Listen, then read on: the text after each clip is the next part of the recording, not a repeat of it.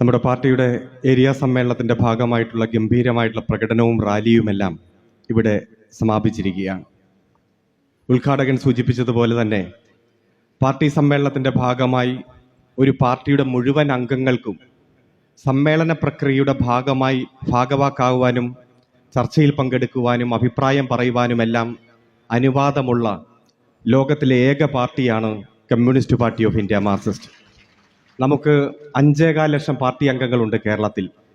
സെപ്റ്റംബറിൽ നടന്ന ബ്രാഞ്ച് സമ്മേളനത്തിൻ്റെ ഭാഗമായി മുഴുവൻ പാർട്ടി അംഗങ്ങളും ബ്രാഞ്ച് സമ്മേളനത്തിൻ്റെ ഭാഗമായി പങ്കെടുത്ത് വൈകുന്നേരം വരെ നമ്മളെ ഈ നാട് ഏൽപ്പിച്ചിരിക്കുന്ന കടമ കൃത്യമായി തന്നെ ചർച്ച ചെയ്തു. ലോക്കൽ സമ്മേളനങ്ങൾ ഒക്ടോബറിൽ പൂർത്തിയാക്കി. ഇപ്പോൾ ഏരിയ സമ്മേളനങ്ങൾ അടുത്ത മാസം ജില്ലാ സമ്മേളനമാണ്. നമുക്കറിയാം, ഇങ്ങനെ ഏറ്റവും ചിട്ടയായിട്ടുള്ള സംഘടനാ സമ്മേളനം ഓരോ 3 വർഷവും നടത്തി ഈ നാടിനെ ഏറ്റവും നന്നായി നയിക്കാൻ വേണ്ടിയിട്ടുള്ള ഉറച്ച തീരുമാനങ്ങൾ എടുത്ത് ലോകത്തിന് മാതൃകയായി നമ്മൾ മുന്നോട്ട് പോവുകയാണ്. പക്ഷെ നമ്മെ തകർക്കാൻ വേണ്ടിയിട്ടുള്ള വലിയ ഗൂഢാലോചന നമ്മുടെ രാജ്യത്തും സംസ്ഥാനത്തുമെല്ലാം വളരെയധികം സമാനതകളില്ലാത്ത മുമ്പെങ്കുമില്ലാത്ത തരത്തിൽ നടന്നുകൊണ്ടിരിക്കുന്നു. ഉദ്ഘാടകൻ ഇന്ന് ചൂണ്ടിക്കാണിച്ചു, കേന്ദ്രമന്ത്രിയുടെ ഒരു തീരുമാനം ഇന്നലെ വന്നു. അത് നമുക്കെല്ലാം അറിയുന്നത് പോലെ വയനാട്ടിലെ ഉരുൾപൊട്ടലുമായി ബന്ധപ്പെട്ടുകൊണ്ട് നയാ പൈസ നമുക്കില്ല എന്ന് നമ്മെ ഓർമ്മിപ്പിക്കുന്ന ഒരു കത്താണ് വന്നത്. നിങ്ങൾക്കറിയാം, ജൂലൈ മാസം 30-ാം തീയതിയാണ് ചൂരൽമലയിലും മുണ്ടക്കയിലും മഹാ ഉരുൾപൊട്ടലുണ്ടായത്. ഈ രാജ്യത്ത് നടന്ന ഉരുൾപൊട്ടലുകളുടെ ചരിത്രം എടുത്തു നോക്കിയാൽ ഏറ്റവും വലിയ 3ാമത്തെ ഉരുൾപൊട്ടലാണ് ചൂരൽമലയിലും മുണ്ടക്കയിലും ഉണ്ടായത്. 400-ലധികം ആളുകൾ മരിച്ചു. 100ഓളം പേരെ ഇപ്പോഴും കണ്ടുകിട്ടിയിട്ടില്ല. 3 വാർഡുകൾ പൂർണ്ണമായി ഒലിച്ചുപോയി. എല്ലാം നഷ്ടപ്പെട്ട നിമിഷ നേരം കൊണ്ട് അനാഥരായി മാറിയ 100കണക്കിന് ആളുകൾ. നമുക്കറിയാം, അതിൻ്റെ വേദന നമ്മളെല്ലാവരും അനുഭവിച്ചവരാണ്. ഉരുൾപൊട്ടലുണ്ടായി പിറ്റേ ദിവസം രാജ്യത്തിൻ്റെ പാർലമെന്റിൽ ഈ രാജ്യത്തിൻ്റെ ആഭ്യന്തരമന്ത്രി ഒരു പ്രസ്താവന നടത്തി. 10 ദിവസം മുമ്പ് റെഡ് അലർട്ട് നിർദ്ദേശം ഈ കേരളത്തിന് കൊടുത്തതാണ്. കേരളം ഫലപ്രദമായി പ്രവർത്തിക്കാത്തത് കൊണ്ടാണ് ഉരുൾപൊട്ടലുണ്ടായതെന്ന് പറഞ്ഞു. അപ്പോൾ MP-മാർ എഴുന്നേറ്റ് നിന്ന് ചോദിച്ചു, അങ്ങനെ ഒരു നിർദ്ദേശം കൊടുത്തെങ്കിൽ അതിൻ്റെ കോപ്പി എവിടെയാണ്? പത്രക്കാർക്കെങ്കിലും കൊടുക്കുമല്ലോ. ഒരു കോപ്പിയുമില്ല. രാജ്യത്തിൻ്റെ ആഭ്യന്തരമന്ത്രി തന്നെ പച്ചയായ നുണ ഇന്ത്യയുടെ പാർലമെന്റിൽ വന്ന് പറയുന്നു. ഒരാഴ്ച കഴിഞ്ഞപ്പോൾ മറ്റൊരു മന്ത്രി, രാജ്യത്തിന്റെ പരിസ്ഥിതി മന്ത്രി പറയുന്നു, വയനാട്ടിൽ ചൂരൽമലയിൽ മുഴുവൻ കയ്യേറ്റക്കാരാണ്, അവിടെ മുഴുവൻ പാറമടകളാണ്, ആ പാറമടകൾ പൊട്ടിത്തെറിച്ചതാണെന്ന് ഇന്ത്യയുടെ പാർലമെന്റിൽ പ്രസ്താവന നടത്തുകയാണ്. ചൂരൽമലയിലും മുണ്ടക്കയിലുമുള്ള ഏറ്റവും സാധാരണക്കാർ, പതിറ്റാണ്ടുകളായി നൂറ്റാണ്ടുകളായി അവിടെ താമസിക്കുന്ന ഏറ്റവും സാധാരണക്കാർ പട്ടിണിപ്പാവങ്ങളാണ്. അവിടെ 15 കിലോമീറ്റർ ചുറ്റളവിൽ ഒറ്റ പാറമടകൾ പോലും പ്രവർത്തിക്കുന്നില്ല. രാജ്യത്തിന്റെ ഉത്തരവാദിത്തപ്പെട്ട മന്ത്രി വന്ന് പാർലമെന്റിൽ വീണ്ടും നുണ പറയുകയാണ്. പിന്നെ പത്രങ്ങളിൽ നമ്മളൊരു വാർത്ത വായിച്ചു. എന്താ? ഈ രാജ്യത്തെ ശാസ്ത്രജ്ഞന്മാരെ കണ്ടെത്തി കേന്ദ്ര ഗവൺമെന്റിന്റെ പ്രതിനിധികൾ പറയുകയാണ്, നിങ്ങൾ എഴുതണം. എന്തെഴുതണം? ഈ ഉരുൾപൊട്ടൽ ഉണ്ടായത് സംസ്ഥാന ഗവൺമെന്റിന്റെ കെടുകാര്യസ്ഥത കൊണ്ടാണ്, വീഴ്ച കൊണ്ടാണ് എന്ന് ശാസ്ത്രജ്ഞന്മാരെല്ലാം ലേഖനം എഴുതണം, സോഷ്യൽ മീഡിയയിൽ എഴുതണം. അങ്ങനെ കേരളത്തെ തകർക്കണം. നമ്മൾ വായിച്ചില്ലേ പത്രങ്ങളിൽ? സാക്ഷാൽ 10 ദിവസം കഴിഞ്ഞപ്പോൾ, അതായത് ഓഗസ്റ്റ് മാസം 10-ന് സാക്ഷാൽ പ്രധാനമന്ത്രി അങ്ങ് വന്നു ചൂരൽമലയിലേക്ക്, മുണ്ടക്കയിലേക്ക്. ദുരിതാശ്വാസ ക്യാമ്പുകൾ സന്ദർശിച്ചു. മന്ത്രി പറഞ്ഞല്ലോ, കൊച്ചു കുട്ടികളെയൊക്കെ എടുത്ത് റീലുകൾ നിർമ്മിച്ച് അദ്ദേഹത്തിന്റെ നരച്ച താടിയ മുഖത്തൊക്കെ ഉരുമി വീഡിയോ ഒക്കെ ഇറക്കിയിട്ട് പറഞ്ഞു, ഞങ്ങൾ കേരളത്തോടൊപ്പമുണ്ട്, എല്ലാം തരും എന്ന് പറഞ്ഞു. വളരെ പ്രതീക്ഷയോടെ നാം കാത്തിരുന്നു. പ്രിയപ്പെട്ടവരെ, ചൂരൽമലയിൽ ഉരുൾപൊട്ടലുണ്ടായി ഒരാഴ്ച കഴിഞ്ഞപ്പോൾ ത്രിപുരയിൽ വെള്ളപ്പൊക്കമുണ്ടായി. 11 പേർ മരിച്ചു. അവിടെ അന്നേ ദിവസം രാത്രി 40 കോടി രൂപയാണ് കൊടുത്തത്. ഒരാഴ്ച കഴിഞ്ഞപ്പോൾ ആന്ധ്രയിൽ വെള്ളപ്പൊക്കമുണ്ടായി. ആന്ധ്രയിൽ അന്നേ ദിവസം കൊടുത്തത് 3448 കോടി രൂപയാണ് കേന്ദ്ര ഗവൺമെന്റ് എണ്ണിക്കൊടുത്തത്. വീണ്ടും 3-4 ദിവസം കഴിഞ്ഞപ്പോ ബീഹാറിൽ വെള്ളപ്പൊക്കമുണ്ടായി. അതുപോലെ നാഗാലാൻഡിലും സിക്കിമിലും വെള്ളപ്പൊക്കമുണ്ടായി. അവിടെ 750 കോടി, 900 കോടി, 1000 കോടി വിതരണം ചെയ്തു. നമ്മുടെ കൊച്ചു കേരളത്തിന് മാത്രം ഒന്നുമില്ല. നമ്മൾ കാത്തിരുന്നു. പ്രധാനമന്ത്രി വന്ന് പറഞ്ഞാൽ വാക്കുപാലിക്കുമെന്നല്ലേ നാം വിശ്വസിച്ചത്? പ്രധാനമന്ത്രി ഇവിടെ വന്ന് സന്ദർശിച്ച് പോയിട്ട് പ്രിയപ്പെട്ടവരെ, ഇന്നേക്ക് 95 ദിവസം തികഞ്ഞിരിക്കുകയാണ്. ഈ കേരളത്തിന് മാത്രം ഒന്നുമില്ല. ഇത് നമ്മൾ ഇന്നും ഇന്നലെയും കാണുന്നതല്ലല്ലോ. നമുക്കറിയാം, 2018-ലെ മഹാപ്രളയം. ആ പ്രളയകാലത്ത് ദുരന്തമുഖത്ത് വെള്ളത്തിൽ പെട്ടുപോയ ഗർഭിണികളായ സ്ത്രീകളെ വരെ ഹെലികോപ്റ്റർ വന്ന് എയർലിഫ്റ്റിംഗ് നടത്തി രക്ഷിച്ചു. നമ്മൾ ആ ചിത്രങ്ങളൊക്കെ കണ്ടപ്പോൾ നമ്മൾ ആത്മാഭിമാനം കൊണ്ട്, ആവേശം കൊണ്ട്, നമ്മൾ ഈ രാജ്യസ്നേഹം കൊണ്ട് നമ്മൾ ആ പടങ്ങളൊക്കെ എടുത്ത് പോസ്റ്റ് ചെയ്തു. പട്ടാളമല്ലേ വന്നത്? നമ്മുടെ സാധാരണക്കാരെ രക്ഷിച്ചല്ലോ. കൃത്യം 3 മാസം കഴിഞ്ഞപ്പോൾ ആദ്യത്തെ ബില്ല് വന്നു. 205 കോടി രൂപ കേന്ദ്രത്തിന് അടക്കണം. ഈ രാജ്യത്തിലെ ജനങ്ങൾ, കേരളത്തിലെ ജനങ്ങൾ ദുരന്തമുഖത്ത് നിൽക്കുമ്പോൾ രാജ്യത്തിന്റെ പട്ടാളം വന്ന് രക്ഷിച്ചു കൊണ്ടുപോയതിന് 205 കോടി രൂപ കേരളം അടക്കണം. അടച്ചില്ലെങ്കിൽ അടുത്ത നടപടി സ്വീകരിക്കുമെന്ന് പറഞ്ഞു. ആ പ്രളയകാലത്ത് നമുക്ക് അരി തന്നു, എക്സ്ട്രാ റേഷൻ. 2-3 മാസം കഴിഞ്ഞപ്പോ അടുത്ത ബില്ല്. ആ റേഷന് 125 കോടി രൂപ കേരളം അടക്കണം, അല്ലെങ്കിൽ അടുത്ത മാസം മുതൽ നിങ്ങൾക്ക് റേഷൻ ഇല്ല എന്ന് പറയുന്ന സാഹചര്യം ഉണ്ടായി. പ്രിയപ്പെട്ടവരെ, നമ്മളും ഈ രാജ്യത്തിന്റെ ഭാഗമല്ലേ? ഈ കേരളത്തിലൊരു ദുരന്തമുണ്ടായാൽ ആ ദുരന്തമുഖത്ത് എത്തുക എന്ന് പറയുന്നത് ഈ രാജ്യത്തിന്റെ പട്ടാളത്തിന്റെ, കേന്ദ്ര ഗവൺമെന്റിന്റെ കടമയല്ലേ? ആ കടമ നിർവഹിക്കുന്നതിന് നമ്മൾ പണം എണ്ണി കൊടുക്കണമെന്ന് പറയുമ്പോൾ നമ്മളെ ഏത് രൂപത്തിലാണ് അവർ പരിഗണിക്കുന്നത്? 4 ദിവസത്തെ ശമ്പളം കടമായി സർക്കാർ ഉദ്യോഗസ്ഥന്മാർ തരണമെന്ന് പറഞ്ഞപ്പോ ആ ഉത്തരവ് കത്തിച്ച കോൺഗ്രസിന്റെയും BJPയുടെയും പ്രതിനിധികൾ അടക്കമുള്ളവരാണല്ലോ ഈ കേരളത്തിൽ ഇപ്പോൾ വർത്തമാനം പറഞ്ഞുകൊണ്ട് രംഗത്ത് വരുന്നത്. ഞാൻ സൂചിപ്പിച്ചത്, ഈ കേരളത്തെ തകർക്കാൻ വലിയ ഗൂഢാലോചന നടത്തി മുന്നോട്ട് പോവുകയാണ് രാജ്യം ഭരിക്കുന്ന ഗവൺമെന്റും അതിന് നേതൃത്വം കൊടുക്കുന്ന സംഘപരിവാറും അതുപോലെ കോൺഗ്രസും വലതുപക്ഷ മാധ്യമങ്ങളെല്ലാം ചേർന്നുകൊണ്ട്. എന്താണ് നമ്മളെ മാത്രം ഇത്ര ടാർഗറ്റ് ചെയ്യാൻ കാരണം? കേരളത്തെ തകർക്കണം, കേരളത്തിലെ ഗവൺമെന്റിനെ തകർക്കണം, ഗവൺമെന്റിന് നേതൃത്വം കൊടുക്കുന്ന ഇടതുപക്ഷ ജനാധിപത്യ മുന്നണിയെ തകർക്കണം, ഇടതുപക്ഷ ജനാധിപത്യ മുന്നണിക്ക് നേതൃത്വം കൊടുക്കുന്ന CPM-നെ തകർക്കണം. CPM-നെ തകർക്കാൻ CPM-ന്റെ നേതാക്കന്മാരെ ആക്രമിക്കണം, വ്യക്തിപരമായി ആക്രമിക്കണം, കുടുംബത്തെ ആക്രമിക്കണം. അങ്ങനെ ഈ കേരളത്തിൽ ഇടതുപക്ഷമേ ഇല്ലാതാക്കണം. അതിനുവേണ്ടി അജണ്ട വെച്ചുകൊണ്ടുള്ള പ്രവർത്തനം ഇറങ്ങി തിരിച്ചിരിക്കുന്നു. എന്താണ് കാരണം? കാരണമുണ്ട്. ഈ രാജ്യത്ത് കഴിഞ്ഞ 8-10 കൊല്ലമായി ചർച്ച ചെയ്യപ്പെടുന്ന മുഴുവൻ വിഷയങ്ങളിലും ഒരു ഭാഗത്ത് CPM ഉണ്ട്, ഇടതുപക്ഷമുണ്ട്. ഏത് വിഷയം എടുത്തു നോക്കുക. പാർലമെന്റ് തെരഞ്ഞെടുപ്പിൽ നമ്മൾ ഉദ്ദേശിച്ച വിജയം കിട്ടിയില്ല, പക്ഷേ തെരഞ്ഞെടുപ്പ് കൈകാര്യം ചെയ്ത മുഴുവൻ വിഷയങ്ങളിലും നമ്മളുണ്ട്. കാശ്മീരിനെ കീറിമുറിച്ചു, അവിടുത്തെ നേതാക്കന്മാരെ മുഴുവൻ വീട്ടുതടങ്കലിലിട്ടപ്പോൾ സുപ്രീം കോടതിയിൽ പോയി നിയമ പോരാട്ടം നടത്തി അവിടുത്തെ ഓരോ പാർട്ടിയുടെ നേതാക്കന്മാരെ മോചിപ്പിക്കണമെന്നും കാശ്മീരിനെ കീറിമുറിച്ചത് ഭരണഘടനാ വിരുദ്ധമാണെന്ന് പ്രഖ്യാപിക്കണമെന്നും ആവശ്യപ്പെട്ടുകൊണ്ട് അതിശക്തമായിട്ടുള്ള നിയമ പോരാട്ടത്തിന്റെ ആദ്യഘട്ടം നടത്തി സുപ്രീം കോടതിയിലെത്തിയ നേതാവിന്റെ പേര് സീതാറാം യെച്ചൂരി എന്നാണ്. CPM-ന്റെ മുൻ അഖിലേന്ത്യാ ജനറൽ സെക്രട്ടറിയാണ്. Habeas corpus produce the body എന്നാണ്.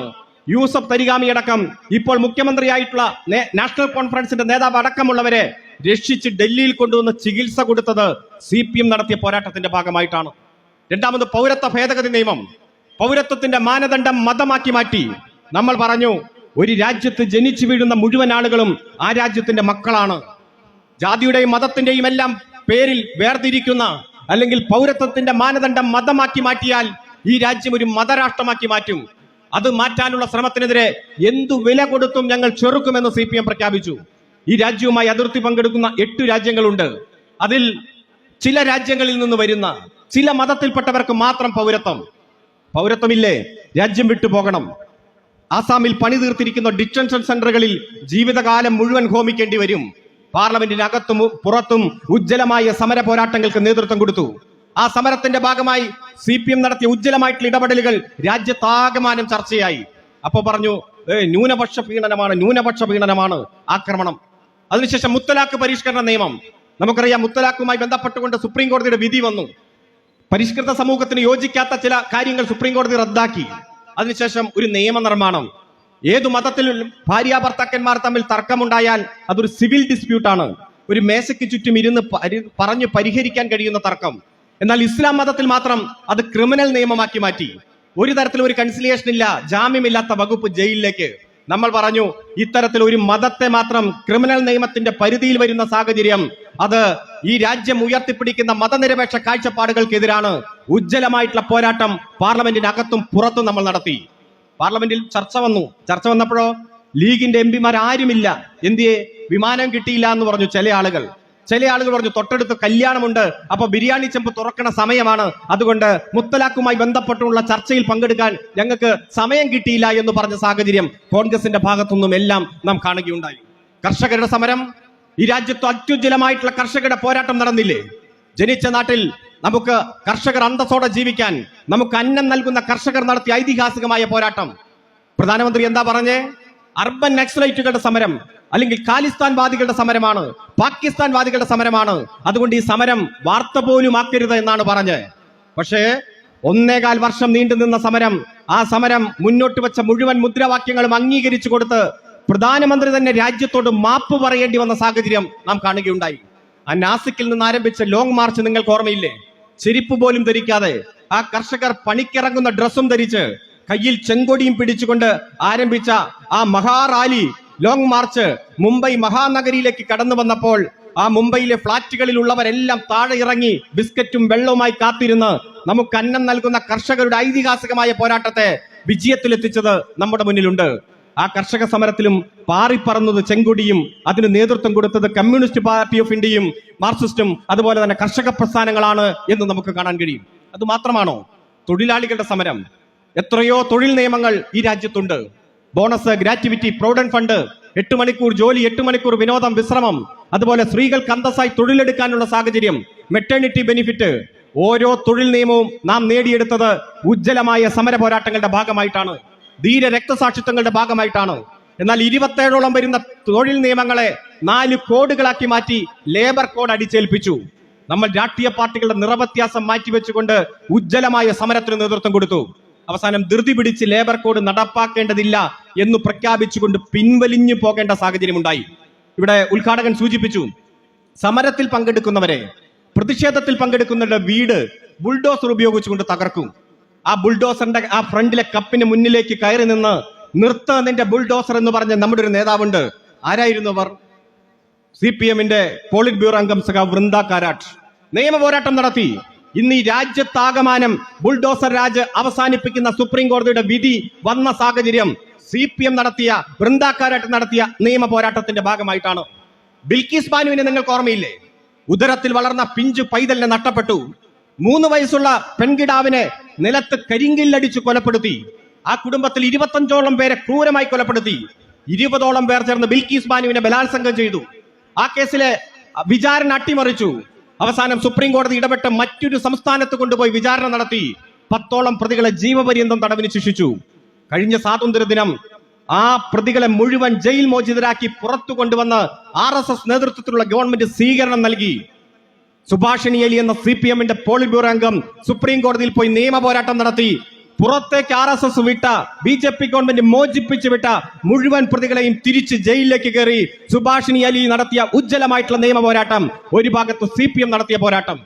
എല്ലാം പോട്ടെ, ഇലക്ട്രൽ ബോണ്ട് നിങ്ങൾക്ക് ഓർമ്മയുണ്ടാകും. എത്ര കോടിക്കണക്കിന് രൂപയും രാഷ്ട്രീയ പാർട്ടികൾക്ക് വാങ്ങിക്കാം, ഒരു കണക്കും ആർക്കും കൊടുക്കേണ്ട. CPM പ്രഖ്യാപിച്ചു, ഒരു നയാ പൈസ ഞങ്ങൾക്ക് വേണ്ട. സുപ്രീം കോടതിയിൽ പോയി നിയമ പോരാട്ടം നടത്തി. അവസാനം ഭരണഘടനാ വിരുദ്ധമാണെന്ന് കണ്ടെത്തി ഇലക്ട്രൽ ബോണ്ട് അങ്ങ് റദ്ദു ചെയ്തു. അതോടുകൂടി BJP-യുടെയും കോൺഗ്രസിന്റെയും മുസ്ലിം ലീഗിന്റെയും മറ്റെല്ലാ രാഷ്ട്രീയ പാർട്ടികളുടെയും എല്ലാം ശത്രുക്കളായി CPM മാറുന്ന കാഴ്ച. ഒരു നയാ പൈസ സ്വീകരിക്കാതെ ഇലക്ട്രൽ ബോണ്ടിനെതിരെ നിയമ പോരാട്ടം നടത്തി നമ്മൾ മുന്നേറി. പാർലമെന്റിലോ എണ്ണം കുറവാണ്, പക്ഷെ കാര്യനിമ്മിന്റെ കരുത്താണ്. ബാബറി മസ്ജിദുമായി ബന്ധപ്പെട്ടുകൊണ്ട്, രാമക്ഷേത്രവുമായി ബന്ധപ്പെട്ടുകൊണ്ടുള്ള വിഷയം വന്നപ്പോഴോ ഉജ്ജ്വലമായിട്ടുള്ള പ്രസംഗം നിങ്ങൾക്ക് ഓർമ്മയുണ്ടാകും. നിങ്ങൾ ഉയർത്തിപ്പിടിക്കുന്ന രാമൻ മാനവികതയുടെയും മനുഷ്യ സ്നേഹത്തിന്റെയും രാമനല്ല. നിങ്ങൾ ഉയർത്തിപ്പിടിക്കുന്ന രാമൻ മഹാത്മാഗാന്ധി ഉയർത്തിപ്പിടിച്ച രാമനല്ല. നിങ്ങൾ ഉയർത്തിപ്പിടിക്കുന്ന രാമൻ ഈ രാജ്യത്തെ വിഭജിക്കാൻ വേണ്ടിയിട്ടുള്ളതാണെന്ന് ജോൺ ബ്രിട്ടാസ് അടക്കമുള്ള CPM-ന്റെ MP-മാർ നടത്തിയ ഉജ്ജ്വലമായിട്ടുള്ള പ്രസംഗങ്ങളും ഇടപെടലുകളും എല്ലാം നിങ്ങളുടെ മനസ്സിലുണ്ടാകും. പാർലമെന്റിൽ ഏതു വിഷയം ഉയർന്നു വന്നാലും ഒരു ഭാഗത്ത് നമ്മളാണ്, CPM ആണ്. മണിപ്പൂരിൽ ഏറ്റവും സാധാരണക്കാരെ ക്രൂരമായി വേട്ടയാടുന്നു, മതത്തിന്റെ പേരിൽ തന്നെ. ഇരുവിഭാഗങ്ങൾ എന്ന് പറയുമ്പോഴും 450ഓളം പള്ളികൾ തകർത്തു. ഓരോ ദിവസവും ഞെട്ടിപ്പിക്കുന്ന വാർത്ത വരികയില്ല, ഇത്ര പേർ കൊല്ലപ്പെട്ടു, ഇത്ര പേർ കൊല്ലപ്പെട്ടു. ഇതുവരെ പ്രധാനമന്ത്രി ഒരു അക്ഷരം ഉരിയാടിയിട്ടുണ്ടോ? മണിപ്പൂർ സന്ദർശിച്ചിട്ടുണ്ടോ? ആകെ പറഞ്ഞത് എന്താ? ഒരു വീഡിയോ, സാധാരണക്കാരായ പെൺകുട്ടികളെ നഗ്നരാക്കി പരേഡ് നടത്തുന്ന വീഡിയോ പുറത്തിറങ്ങിയപ്പോ ഈ രാജ്യത്തിന് അപമാനമുണ്ടാക്കി എന്ന് മാത്രമാണ് പ്രധാനമന്ത്രി മണിപ്പൂരിനെ കുറിച്ച് പറഞ്ഞത്. ഈ കേരളത്തിൽ ഒരു ജില്ലയുടെ വലിപ്പമുള്ളൂ മണിപ്പൂരിന്. ആ മണിപ്പൂരിലെ കലാപം അടിച്ചമർത്താൻ ഈ രാജ്യത്തിന്റെ പട്ടാളം വിചാരിച്ചാൽ നിമിഷ നേരം മതി. ഞാൻ സൂചിപ്പിച്ചത്, പ്രിയപ്പെട്ടവരെ, ഈ രാജ്യത്തെ പാർശ്വവൽക്കരിക്കപ്പെട്ട സമൂഹത്തെ ജാതിയുടെ, മതത്തിന്റെ, വേഷത്തിന്റെ, ഭാഷയുടെ, സംസ്കാരത്തിന്റെ പേരിൽ അടിച്ചമർത്തുമ്പോ അവിടെയെല്ലാം ഓടിയെത്തി പ്രതിഷേധത്തിന്റെ പുതിയ തലങ്ങൾ സൃഷ്ടിക്കുന്നത് communist party of India, Marxist ആണ്. അതുകൊണ്ട് ഇവരുടെ എല്ലാം ശത്രുവായി നമ്മൾ മാറുന്നു ഒരു ഭാഗത്ത്. മറുഭാഗത്തോ കേന്ദ്ര ഗവൺമെന്റിന്റെ ആഗോളവൽക്കരണ നയങ്ങളുടെ ദുരന്ത ഫലം എല്ലാ വിഭാഗം ആളുകളും അനുഭവിക്കുകയാണ്. എന്നാൽ ആ ദുരന്തങ്ങൾക്ക് ബദൽ സൃഷ്ടിച്ചുകൊണ്ട് കേരളത്തിലെ ഗവൺമെന്റ് എങ്ങനെയാണ് ജനാധിപത്യ ഗവൺമെന്റ് പ്രവർത്തിക്കേണ്ടത് എന്ന് കാണിച്ചു തരുന്നു. ഏതു മേഖല എടുത്ത് പരിശോധിക്കുക, 2 സൂചികയാണുള്ളത്: മാനവ വിഭവ സൂചികയും സുസ്ഥിര വികസന സൂചികയും. മാനവ വിഭവ സൂചിക എന്ന് പറഞ്ഞാൽ ജനനം മുതൽ മരണം വരെയുള്ള ഓരോ ഘട്ടങ്ങളാണ്. സുസ്ഥിര വികസനം എന്ന് പറഞ്ഞാൽ ഈ സംസ്ഥാനത്തിന്റെ രാജ്യത്തിന്റെ വികസനത്തിൻ്റെതായിട്ടുള്ള പുതിയ എല്ലാ മേഖലകളുമാണ്. ഈ മേഖലകളിൽ ഉൾപ്പെടെ എല്ലാ രംഗത്തും നമ്മൾ ഒന്നാമതെത്തുകയാണ്. കേന്ദ്രം പൊതുമേഖലാ സ്ഥാപനങ്ങളെ വിറ്റഴിക്കുന്നു. കഴിഞ്ഞ 3 വർഷം കൊണ്ട് 195,000 കോടി രൂപയുടെ പൊതുമേഖലാ സ്ഥാപനമാണ് വിറ്റഴിച്ചത്. BPCL, BSNL, LIC, തുറമുഖങ്ങൾ, വിമാനത്താവളങ്ങൾ, ദേശീയപാതകൾ, റെയിൽവേ സ്റ്റേഷനുകൾ, ട്രെയിനുകൾ എല്ലാം വിൽക്കാൻ തീരുമാനിക്കുന്നു. Doing business is not a duty of the government. ഈ സംരംഭങ്ങൾ നടത്തുക എന്നുള്ളത് ഗവൺമെന്റിന്റെ ഡ്യൂട്ടി അല്ലെന്ന് പ്രഖ്യാപിക്കുന്നു. എന്നാൽ കേരളത്തിലോ അത്തരത്തിൽ വിൽക്കുന്ന പൊതുമേഖലാ സ്ഥാപനങ്ങളെ ഓരോന്നും ഏറ്റെടുത്ത് സംരക്ഷിച്ച് മാതൃകാപരമായി നിരവധി ആളുകൾക്ക് ജോലി കൊടുത്ത് സംരക്ഷിക്കുന്ന സാഹചര്യം നാം കാണുകയാണ്. നിങ്ങൾക്കറിയാം, ഹിന്ദു ദിനപത്രം ഉൾപ്പെടെ 8 ദിനപത്രങ്ങൾ അച്ചടിക്കുന്ന ഈ കോട്ടയം ജില്ലയിലെ പെരുവയിലെ ഹിന്ദുസ്ഥാൻ ന്യൂസ് പ്രിന്റ് ഫാക്ടറി അങ്ങനെ കേന്ദ്രം വിറ്റതാണ്. നിയമ പോരാട്ടത്തിലൂടെ നമ്മൾ ഏറ്റെടുത്തതാണ്. ഇപ്പോൾ ഏറ്റവും മികച്ച രീതിയിൽ നമ്മൾ നടത്തി മുന്നോട്ട് പോകുന്നു. തിരുവനന്തപുരം വിമാനത്താവളം വിൽക്കാൻ തീരുമാനിച്ചു. നമ്മൾ പറഞ്ഞു നമ്മൾ ഏറ്റെടുക്കാം. അപ്പോൾ പറഞ്ഞു നിങ്ങൾക്ക് തരില്ല, അദാനിക്ക് കൊടുക്കൂ. നമ്മൾ പൊതുമേഖലാ സ്ഥാപനങ്ങളെ സംരക്ഷിച്ച് മാതൃകയായ ബദലുകൾ സൃഷ്ടിക്കുന്നു.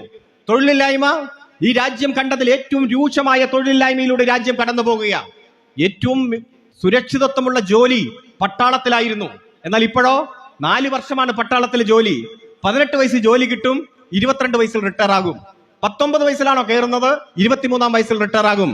വടക്കേന്ത്യയിലേക്കൊക്കെ ചെന്നാൽ കുട്ടികൾ പഠിക്കുന്നതോടൊപ്പം തന്നെ ഫിസിക്കൽ ട്രെയിനിങ് എക്സസൈസ് നടത്തും. കാരണം പട്ടാളത്തിൽ ജോലി കിട്ടുക, സേനയിൽ ജോലി കിട്ടുക എന്നത് അവരുടെ ഏറ്റവും വലിയ ആഗ്രഹമാണ്. എന്നാൽ ആ ജോലി പോലും 4 കൊല്ലത്തേക്ക് ചുരുക്കി തൊഴിലില്ലായ്മയുടെ രൂക്ഷമായ നാളുകളിലൂടെ ഈ രാജ്യം കടന്നു പോവുകയാണ്. റെയിൽവേയിൽ തന്നെ ലക്ഷക്കണക്കിന് ഒഴിവുകളാണ്. 75,000 ലോക്കോ പൈലറ്റുകളുടെ ഒഴിവുകളാണ്. കേരളത്തിലോ യുവജനങ്ങളുടെ തൊഴിൽ സ്വപ്നങ്ങളെ സംരക്ഷിക്കുന്ന ഗവൺമെന്റായി കേരളത്തിലെ ഗവൺമെന്റ് മാറി. ഈ കഴിഞ്ഞ 1 വർഷം ഇന്ത്യയിൽ ആകെ കിട്ടിയ സർക്കാർ ജോലി 62,000 പേർക്ക് മാത്രമാണ്. 62,000 പേർക്കാണ് ഇന്ത്യയിലെ 28 സംസ്ഥാനങ്ങളിലുമായി സർക്കാർ ജോലി കിട്ടിയത്. എന്നാൽ അതിൽ 34,111 ജോലി ഈ കൊച്ചു കേരളത്തിലാണ്. നമുക്ക് വിശ്വസിക്കാൻ കഴിയുമോ? ഈ രാജ്യത്തിന്റെ ജനസംഖ്യ അടിസ്ഥാനത്തിൽ 1.86% ജനങ്ങൾ മാത്രമാണ് ഈ കൊച്ചു കേരളത്തിലുള്ളത്. പക്ഷെ ഈ രാജ്യത്താകെ കിട്ടുന്ന നിയമനത്തിന്റെ 60% ഈ കൊച്ചു കേരളത്തിലാണ് എന്നത് ആഗോളവൽക്കരണത്തിന് ബദൽ സൃഷ്ടിച്ചുകൊണ്ട് നമ്മൾ മുന്നേറുകയാണ്. വിദ്യാഭ്യാസ രംഗത്തോ LPസിൽ ചേരുന്നതിന്റെ പകുതി UP എത്തുമ്പോൾ പിരിഞ്ഞു പോകുന്നു. UPയിൽ ചേരുന്നത് ഹൈസ്കൂൾ എത്തുമ്പോൾ പകുതിയില്ല. ഉന്നത വിദ്യാഭ്യാസ രംഗത്ത് പെൺകുട്ടികൾക്ക് സ്ഥാനമില്ല. വടക്കേന്ത്യയിലേക്ക് നോക്കിയാൽ, ഇന്ത്യയുടെ ആഗോള മൊത്തത്തിലുള്ള കണക്കെടുത്ത് നോക്കിയാൽ. എന്നാൽ കേരളത്തിലോ മുഴുവൻ കുട്ടികളും സ്കൂളിൽ പോകുന്ന മാതൃകാ വിദ്യാഭ്യാസം ഉറപ്പുവരുത്തുന്ന സംസ്ഥാനമായി ഈ കേരളം മാറിയിരിക്കുന്നു. ഞാൻ സൂചിപ്പിച്ചത് ഓരോ രംഗത്തും ബദലുകൾ സൃഷ്ടിച്ച് ഈ കേരളം മുന്നോട്ട് പോകുമ്പോൾ ആ ബദൽ ഈ രാജ്യത്തിന്റെ ബദൽ എന്ന രൂപത്തിലേക്ക് അതിശക്തമായി ഉയർന്നു വരും എന്നതുകൊണ്ട് ഈ ബദലുകൾ സൃഷ്ടിക്കുന്ന ഗവൺമെന്റിനെ ഇല്ലായ്മ ചെയ്യണം. അതിനുവേണ്ടി കേരളത്തിലെ ഇടതുപക്ഷ ജനാധിപത്യ മുന്നണിയെ തകർക്കണം. ഒന്ന്, ഇവിടെ മന്ത്രി പറഞ്ഞു അർഹതപ്പെട്ടതൊന്നും തരില്ല. ഇവിടെ നിന്ന് പിരിച്ചു കൊണ്ടുപോകുന്ന നികുതിയുടെ വിഹിതം പോലും നമുക്ക് തരില്ല. അതുപോലെ അത് ചോദിക്കുമ്പോഴോ ഒരു മറുപടിയുമില്ല. ഡൽഹിയിൽ പോയി സമരം നടത്തി, സുപ്രീം കോടതിയിൽ പോയി നിയമ പോരാട്ടം നടത്തേണ്ടി വന്നു. രണ്ടാമതോ ഗവർണറെ ഉപയോഗിച്ചുകൊണ്ടുള്ള രാഷ്ട്രീയം കളി. നിങ്ങൾക്കറിയാമല്ലോ, ആരിഫ് മുഹമ്മദ് ഖാൻ കഴിഞ്ഞ 5-6 കൊല്ലമായി എന്തൊക്കെയാ ചെയ്തുകൊണ്ടിരിക്കുന്നത് എന്ന് നമുക്കറിയാം. അങ്ങനെ ഈ കേരളത്തിന് എല്ലാ തരത്തിലുള്ള നിയമപരമായി കിട്ടേണ്ടത് നിഷേധിച്ച് മുന്നോട്ട് പോകുന്നു. മറ്റൊന്നോ, ഈ രാജ്യത്തെ ഒരു മതരാഷ്ട്രമാക്കി മാറ്റാനുള്ള ശ്രമത്തെ അതിശക്തമായി ഇടതുപക്ഷം ചെറുക്കുകയാണ്. ഈ വർഗീയത ഭൂരിപക്ഷമായാലും അത് ന്യൂനപക്ഷമായാലും ഈ രാജ്യത്തിന് ആപത്താണ് എന്ന് തെളിയിച്ചുകൊണ്ട് ഭരണഘടന ഉറപ്പു നൽകുന്ന മതനിരപേക്ഷതയും ഫെഡറലിസവും ജനാധിപത്യവും കാത്തു സൂക്ഷിക്കാൻ ഏതറ്റം വരെ പോകുവാൻ നമ്മൾ നടത്തിക്കൊണ്ടിരിക്കുന്ന ഇടപെടലുകൾ ഈ രാജ്യത്ത് ഗൗരവമായിട്ടുള്ള ചർച്ചയാണ്.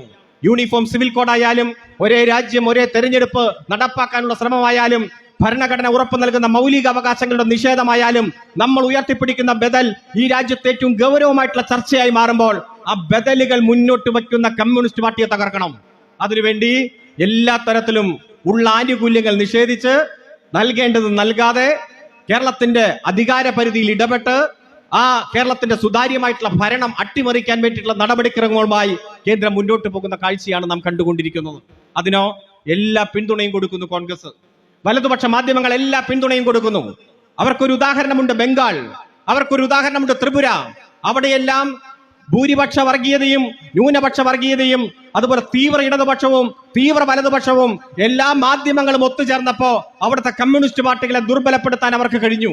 അതുകൊണ്ട് ആ മോഡൽ കേരളത്തിലും കൊണ്ടുവരണം. അതിനുവേണ്ടി ആരംഭിച്ചിരിക്കുകയാണ് ഇപ്പോ. 2019 അവസാനം മുതൽ 2021 വരെ ഒരു 1.5 വർഷം വലിയ ശ്രമം അവർ നടത്തിയിരുന്നു. അന്ന് അവർക്ക് നേടാൻ കഴിഞ്ഞില്ല. ഇപ്പോൾ ഈ 1.5 വർഷം പഞ്ചായത്ത് തെരഞ്ഞെടുപ്പ് വരുന്നു, നിയമസഭാ തെരഞ്ഞെടുപ്പ് വരുന്നു. ഇപ്പോ കൂട്ടിയോജിച്ച് പ്രവർത്തിച്ചാൽ എങ്ങനെയെങ്കിലും ഇടതുപക്ഷത്തെ രാജ്യത്ത് തന്നെ ഇല്ലാതാക്കാം. ഇടതുപക്ഷം നേതൃത്വം കൊടുക്കുന്ന ഇന്ത്യയിലെ ഏക ഗവൺമെന്റിനെ ഇല്ലാതാക്കാം.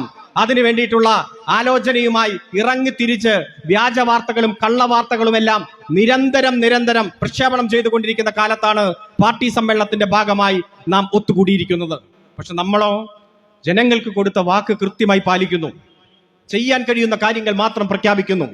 പ്രഖ്യാപിച്ച കാര്യങ്ങൾ സമയബന്ധിതമായി പൂർത്തീകരിച്ച് ജനങ്ങളെ അറിയിക്കുന്നു. 2016 നിയമസഭാ തെരഞ്ഞെടുപ്പിൽ സഖാവ് പിണറായിയുടെ നേതൃത്വത്തിൽ 14 ജില്ലകളിലും എത്തി. എല്ലാ രംഗത്തുമുള്ള ജനങ്ങളെ വിളിച്ചുകൂട്ടി. എന്നിട്ട് അവരോട് പറഞ്ഞു, നമുക്കൊരു നവകേരളം നിർമ്മിക്കണം, ഒരു 40-50 വർഷത്തിന് ശേഷമുള്ള കേരളത്തെ നിർമ്മിക്കണം. എന്താണ് നിങ്ങളുടെ ആഗ്രഹം? പറയൂ, എഴുതി തരൂ. അങ്ങനെ എഴുതി തന്ന കാര്യങ്ങൾ കൂട്ടിയോജിപ്പിച്ച് നമ്മൾ ഒരു പ്രകടന പത്രിക ഇറക്കി. ആ പ്രകടന പത്രികയിൽ 600 കാര്യങ്ങൾ ഉണ്ടായിരുന്നു. ആ പ്രകടന പത്രിക നമ്മൾ ജനങ്ങൾക്ക് സമർപ്പിച്ചു. ജനങ്ങൾ അത് അംഗീകരിച്ചു. 91 സീറ്റോടെ നമ്മൾ കേരളത്തിൽ അധികാരത്തിൽ വന്നു. അധികാരത്തിൽ വന്ന് മന്ത്രിസഭ അങ്ങനെ മുന്നോട്ട് പോകുമ്പോൾ പ്രകൃതി ദുരന്തങ്ങൾ പല രൂപത്തിൽ നമ്മളെ വേട്ടയാടി. ഏറ്റവും ആദ്യം നിപ വൈറസ് ആയിരുന്നു കോഴിക്കോട്. നിങ്ങൾക്ക് ഓർമ്മയുണ്ടാകും. ആ നിപ വൈറസിന്റെ സമയത്ത് ഐക്യരാഷ്ട്രസഭയുടെ പ്രതിനിധി കേരളത്തിൽ വന്ന് പറഞ്ഞ വാചകം, ലോകത്ത് മറ്റെവിടെയെങ്കിലുമാണ് ഇത്തരത്തിലൊരു വൈറസ് വന്നതെങ്കിൽ ഒരു 12,000 പേരെങ്കിലും മരണപ്പെട്ടാൽ ഏതു വൈറസ് ആണെന്ന് കണ്ടുപിടിക്കാൻ കഴിയില്ല എന്നതാണ് പറഞ്ഞത്. 8 പേർ മരണപ്പെട്ടപ്പോഴേക്കും നമ്മൾ വൈറസിനെ തിരിച്ചറിഞ്ഞു. 11 മരണം സ്ഥിരീകരിച്ചപ്പോഴേക്കും നമ്മൾ ആ വൈറസിനെ അതിജീവിച്ചു. മാതൃകാപരമായ പ്രവർത്തനം നടത്തി നമ്മൾ മുന്നോട്ട് പോയി. പിന്നെ ഓഖി ദുരന്തം നിങ്ങൾക്ക് ഓർമ്മയുണ്ട്. കടലിൽ പോയ മത്സ്യത്തൊഴിലാളികൾ, നിരവധി ആളുകൾ തിരിച്ചു വന്നില്ല. അവരെ നമുക്ക് നഷ്ടപ്പെട്ടു. അവരുടെ കുടിലുകൾ, വീടുകൾ നഷ്ടപ്പെട്ടു. അവരെയെല്ലാം ഫ്ലാറ്റ് നിർമ്മിച്ച് പുനരധിവസിപ്പിച്ചു. അവിടെ കുടുംബത്തിൽ ഓരോരുത്തർക്കും ജോലി കൊടുത്തു. അവിടെ ആ വീട്ടിൽ ഉണ്ടായിരുന്നവർ ജോലി ചെയ്താൽ കിട്ടുമായിരുന്ന വരുമാനം ആ വീട്ടിലെത്തിച്ചു. അവിടെ കുട്ടികളുടെ വിദ്യാഭ്യാസം ഏറ്റെടുത്തു. അങ്ങനെ ആ കുടുംബത്തെ പൊന്നുപോലെ സംരക്ഷിച്ചു. അപ്പൊ തമിഴ്നാട്ടിൽ ഒരു അമ്മ നെഞ്ചത്തടിച്ച് കരഞ്ഞുകൊണ്ട് പറഞ്ഞ വാചകങ്ങൾ ഇപ്പോഴും സോഷ്യൽ മീഡിയയിലുണ്ട്. സഖാവ് പിണറായിയെ കൂട്ട് ഒരു മുഖ്യമന്ത്രി ഞങ്ങൾക്കുണ്ടായിരുന്നെങ്കിൽ എന്ന് പറഞ്ഞ് കരഞ്ഞ വീഡിയോ ഇപ്പോഴും സോഷ്യൽ മീഡിയയിലുണ്ട്. പിന്നെ നിങ്ങൾക്ക് ഓർമ്മയുണ്ട്, നൂറ്റാണ്ടിലെ മഹാപ്രളയം 2018. വൈകുന്നേരം എല്ലാ പരിപാടികളും മാറ്റിവെച്ച് കാത്തിരിക്കുകയാണ് മുഖ്യമന്ത്രിയുടെ പത്രസമ്മേളനത്തിന് വേണ്ടി. ഈ നാടിനെ എങ്ങനെയാണ് പുനർനിർമ്മിക്കുന്നത്, എല്ലാം നഷ്ടപ്പെട്ട ജനങ്ങളെ ആത്മവിശ്വാസത്തിലേക്ക് തിരിച്ചു കൊണ്ടുവരുന്നത് എങ്ങനെയാണ് എന്ന് മുഖ്യമന്ത്രിയുടെ വാക്കുകൾ കേൾക്കാൻ ഈ ലോകം കാതോർത്തിരിക്കുന്ന കാഴ്ച നാം കാണുകയാണ്. 2018 നാം അതിജീവിച്ചു പ്രളയത്തെ. നമ്മെ പല രൂപത്തിൽ ബുദ്ധിമുട്ടിച്ചു. നയാ പൈസ കേന്ദ്രം തരാതെ, വിദേശ രാജ്യങ്ങളിൽ നിന്ന് വന്ന സഹായം പോലും വാങ്ങാൻ നമ്മളെ അനുവദിക്കാതെ അങ്ങ് എല്ലാ തരത്തിലും നമ്മളെ അങ്ങ് ഉപരോധത്തിലാക്കുമ്പോഴും പ്രതിരോധത്തിന്റെ പുതിയ തലങ്ങൾ സൃഷ്ടിച്ച് നമ്മൾ പ്രളയത്തെ അതിജീവിച്ച് നവകേരള നിർമ്മിതിയുമായി മുന്നോട്ട് പോയി. 2019 സമാനമായിട്ടുള്ള പ്രളയ സാഹചര്യം.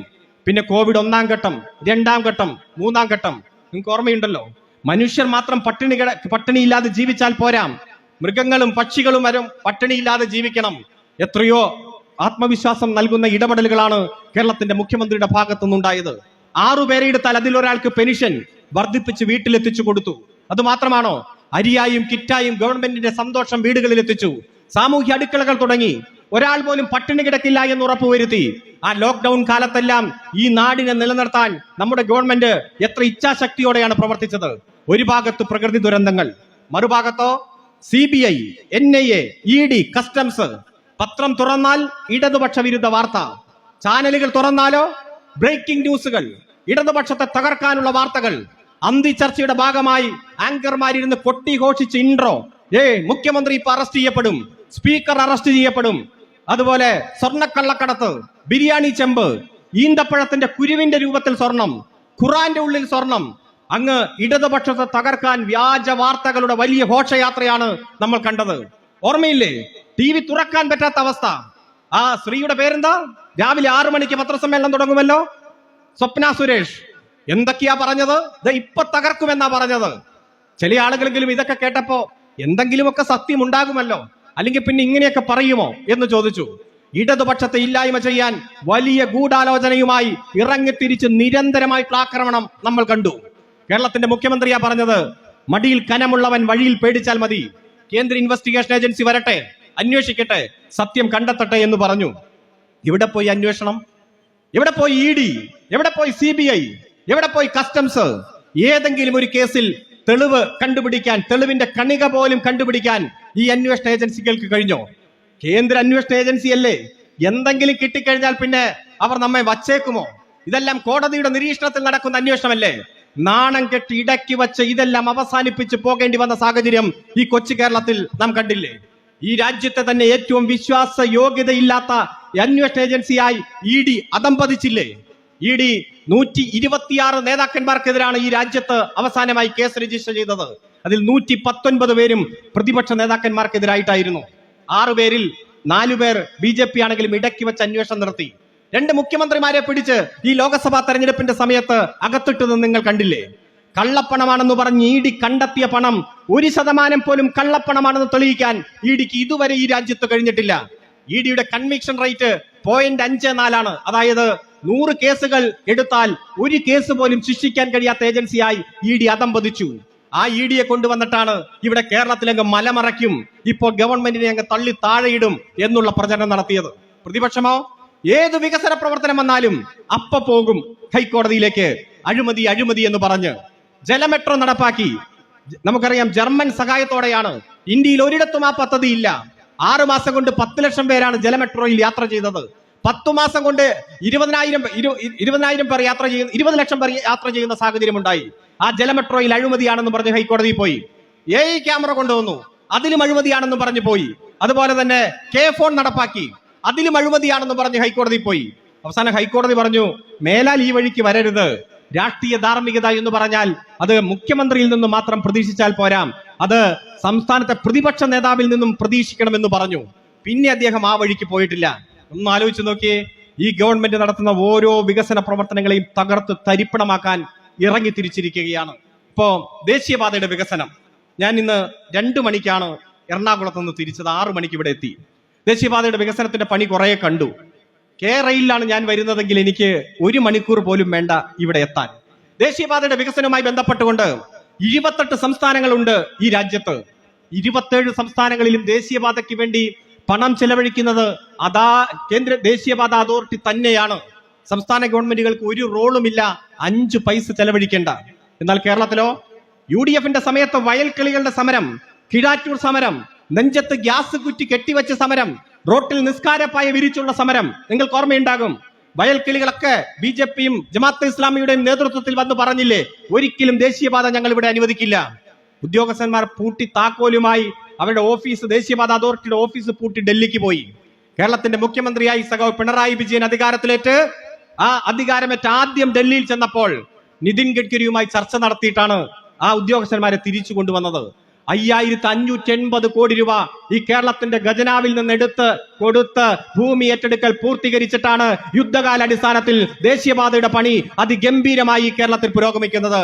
അടുത്ത വർഷം അത് പൂർത്തീകരിക്കും. അത് മാത്രമാണോ?